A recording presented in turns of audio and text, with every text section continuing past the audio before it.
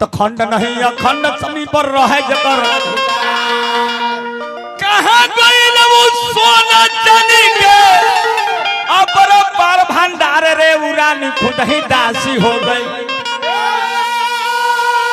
तो कहवा गइल नौकर चाकर अपरासी हो उरानी खुद ही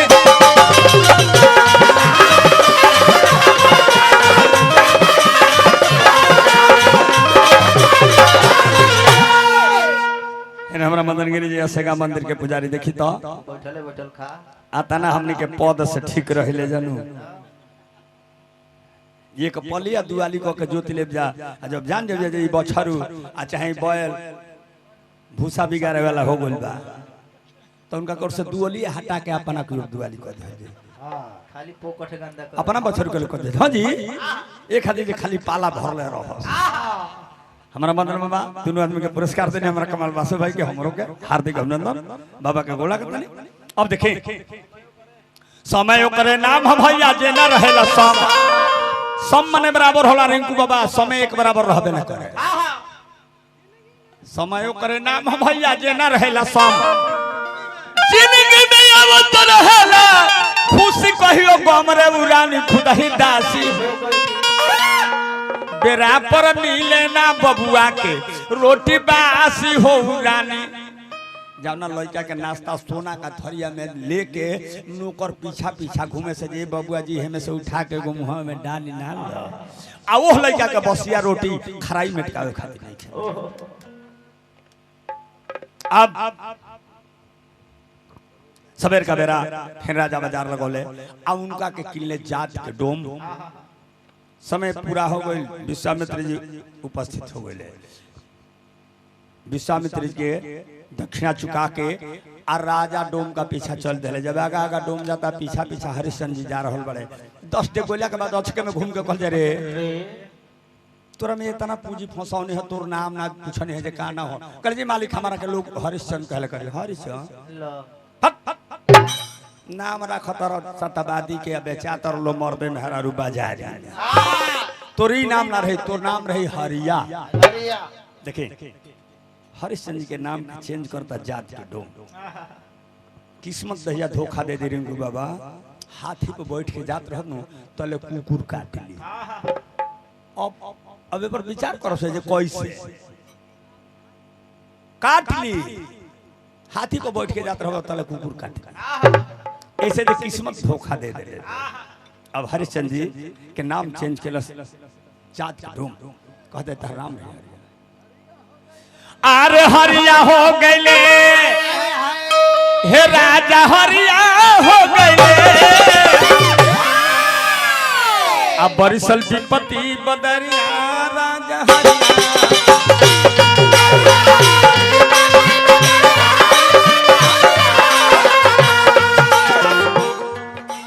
कहाँ गइल राज पाट ठाट बाट कचहरिया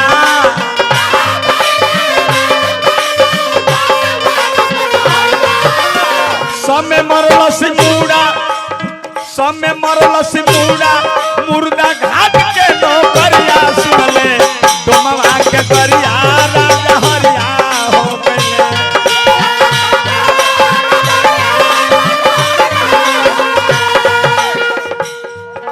ऐसे बाबूजी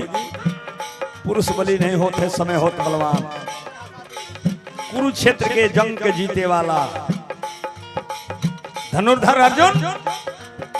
या समय उनकर साथ छोड़ दिहलस मुसहर मार के उनकर धन संपत्ति छीन लेले उनका मेहरारू के हड़प ले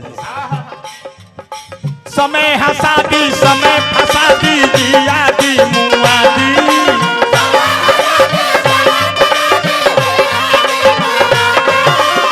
सब कुछ करवा दी बाकी टोलले ना सतवादी भलही बेच देले में हरिया राजा हरिया हो गए।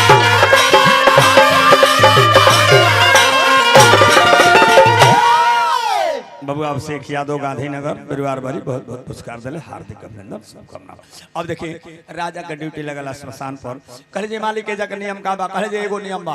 बिना कर लिहले गहु लाश दफनावल ना जाई। हरिश्चंद्र कहे जे मलिकार का जाने कहियो कोनो यार के लाश है कहे चाहे यार के लाश होखे तब चाहे गदार के लाश होखे तब चाहे पाहुन के लाश होखे तब चाहे सार के लाश होखे तब चाहे यूपी के लाश होखे तब चाहे बिहार के लाश होखे नियम एगो और राजा हरिश्चंद्र ड्यूटी देता रहे। आए ने देखे रोहित कुमार फूल ले खाली फुलवारी में गोल पड़े आ उनका के सांप काट देले बा गिर के छपटाता रहे। उनका उम्र के लड़का भाग के आके कहले सो उनका महतारी से जरे दसिया तोरा लड़का के फुलवारी में सांप कटल चली जे दौड़ के चल जाए पंडित जी के महाराज कह देना हाय मैं काम निपटा ली हत जय हमरा मदन गिरी जी हसेगा मंदिर पुजारी हमरा के फिर बहुत बहुत पुरस्कार दे बाबा का अब काम था भैया विजय बाबा काम धाम निपटावे में गधबेर हो गई दौड़ल जाता रही ढह ढिमरात जब लड़का के लगे पहुंचता रही तन से प्राण छूट गई। लड़का के लाश गोदी में उठा के आप पंडित जी के घरे आवता रही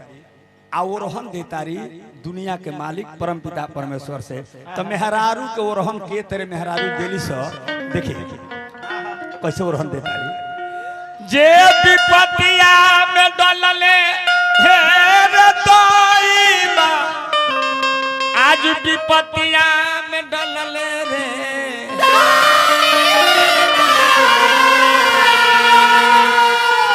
एहया बलायो वरतिया के ते विपतिया में डलले रे।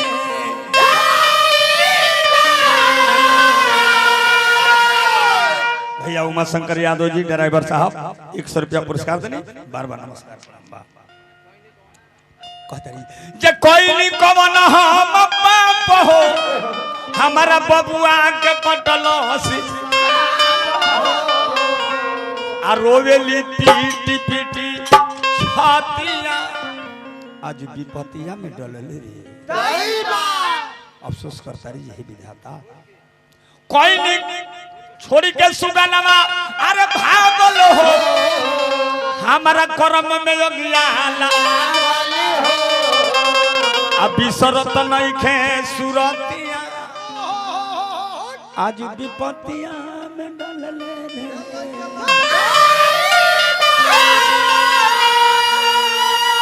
हमारा रिंकू तिवारी जी हमारा मदन गिरी जी हजारों हजार पुरस्कार देने बाबा लोग के गोला के ऐसी बात पूछी है जहिया सजानावा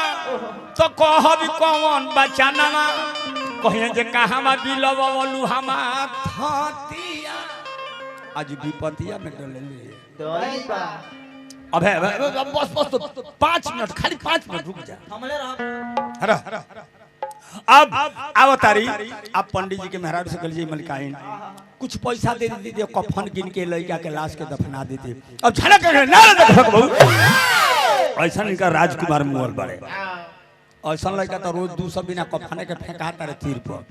कल जी मलिकाइन भिखी मांगो को लड़का ओकरा खातिर राजकुमार होला अपन आधा साड़ी फाड़ के लड़का के लाश के तोप के श्मशान पर जाता रही 12 रात बजता वीरान स्थान श्मशान पर जा रहा बड़ी और रास्ता में अपना किस्मत पर वो तारी कहते जी में केहू को दोष नहीं है हमारे तकदीर के दोष जई करम के कमाई हो आज विपत्ति आया घेरली सुन न के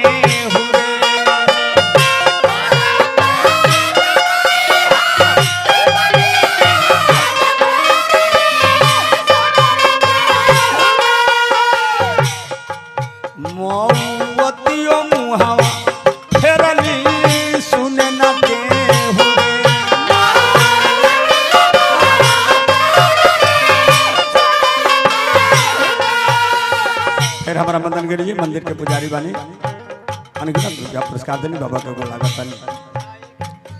जाई के करा लगिया से जरी गईली भाजिया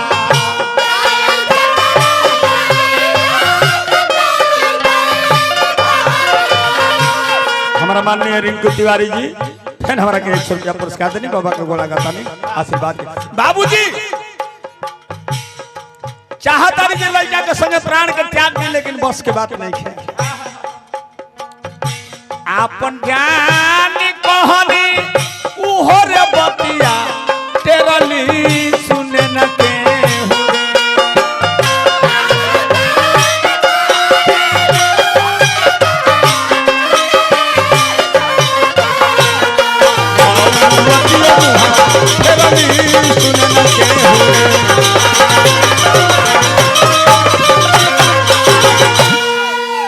श्मशान पर जाके लाश के रख के कहते हे श्मशान के देव,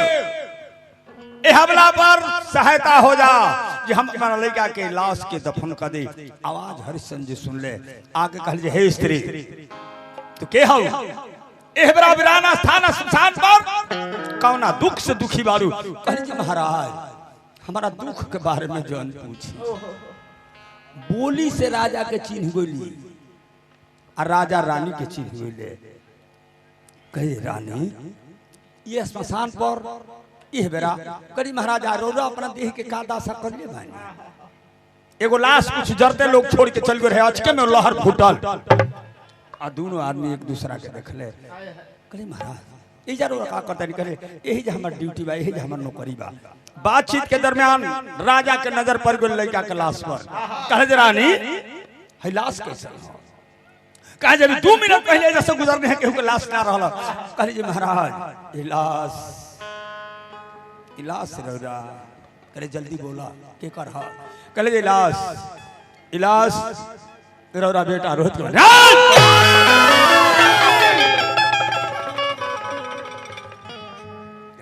करे तेरा बेटा के पास तब इनकरा के दफनावे से पहले कर देबे। कहे मालिक तोहरा बेटा के कहे हमारा बाप के लाश रही तब जेकर नून खाता नहीं ओकर कानून ऐसन बा। ए देश से नमक हरामी ना हो तो ओकरा संगे हमार नाम जोड़ल बा। हमहू सत्यवादी राजा हरिश्चंद्र के मेहरारू हैं। तो मेहरारू में अर्धांगिनी में अंतर बा। मेहरारू दोसर हलो प्रियंका बा, अर्धांगिनी दोसर है। अर्धांगिनी के माने आधा तू आधा हाँ। कल जे राउर अर्धांगिनी है हमार धर्म बा, रौरा के अपना धर्म पर राखल हमार फर्ज बनता। तो रौरा अपना धर्म पर रही, राउर धर्म ना छोड़े दे। रौरा के कर कफन दूनो। एगो बड़ी पुरान गीत रहे मास्टर साहब, न मेहदी रचना अरे भजन सहनाई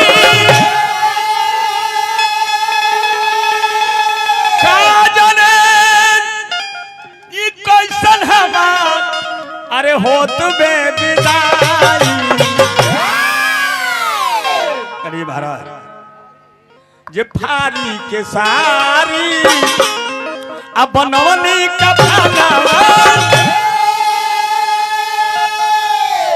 धरे से तो तले बनी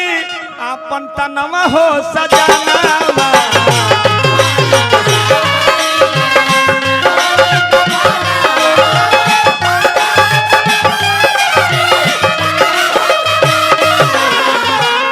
अरे महाराज चरम सिनामा एह दुख के कहानी में एह से जिंदगानी में चैलेंज करता है दुनिया के मालिक। ले लो विधाता जो ले लो ये विधाता जो ले भाई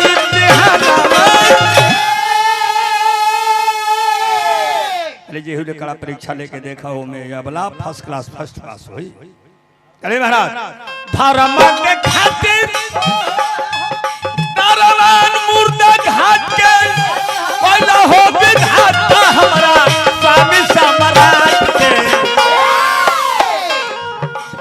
राजा हरिश्चंद्र बुझाई जे धर्म से डगमगा जे है कहिए ही लाजन रोपले रहेड़ी जन रोपले रही हएड़ी जन डोले चरा अधवे से तो पहले बानी अपन तनवा हो सजना। कली महाराज कर देता नहीं लाश के नंगा कर देली कर जाएगी कफन नहीं आ कर का बदले जो अनाथा साड़ी से तन तो पहले चली जो उघार हो जाए जब साड़ी खिंचली आकाश से देवता लोग जय जयकार कर रहे हैं फूल के वर्षा कर रहे हैं जय हो सत्यवादी राजा हरिश्चंद्र की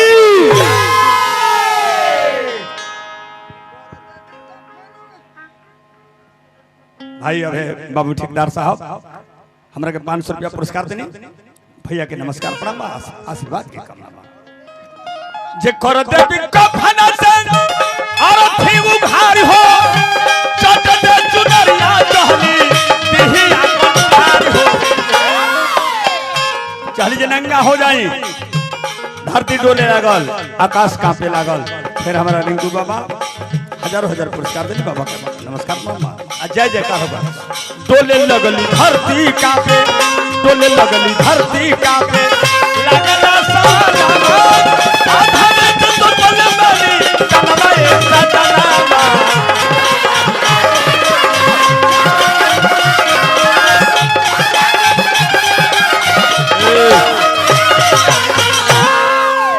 देवता लोग कल हे राजा हरिश्चंद्र हर परीक्षा लियात रहा परीक्षा में फर्स्ट क्लास फर्स्ट पास हो गई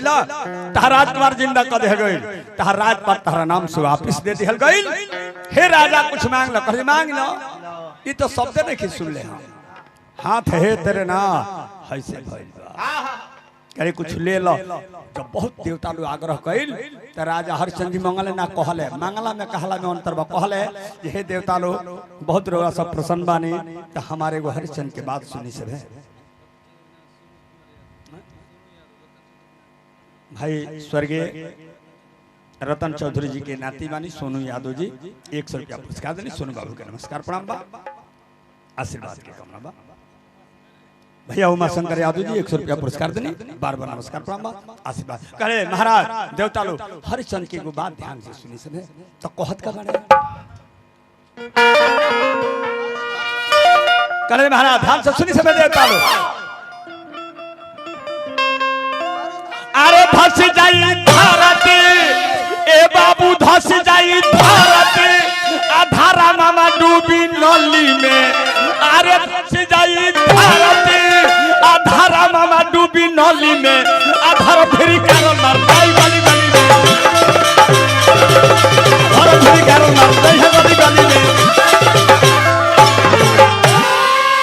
ये आरो तो पुकार आ देवता लोग खला बोली हरिश्चंद्र जी कहले क्या जे सतयुग में हो रे कोई कैसा होई गली में सतयुग में हो रे कोई कैसा होई गली में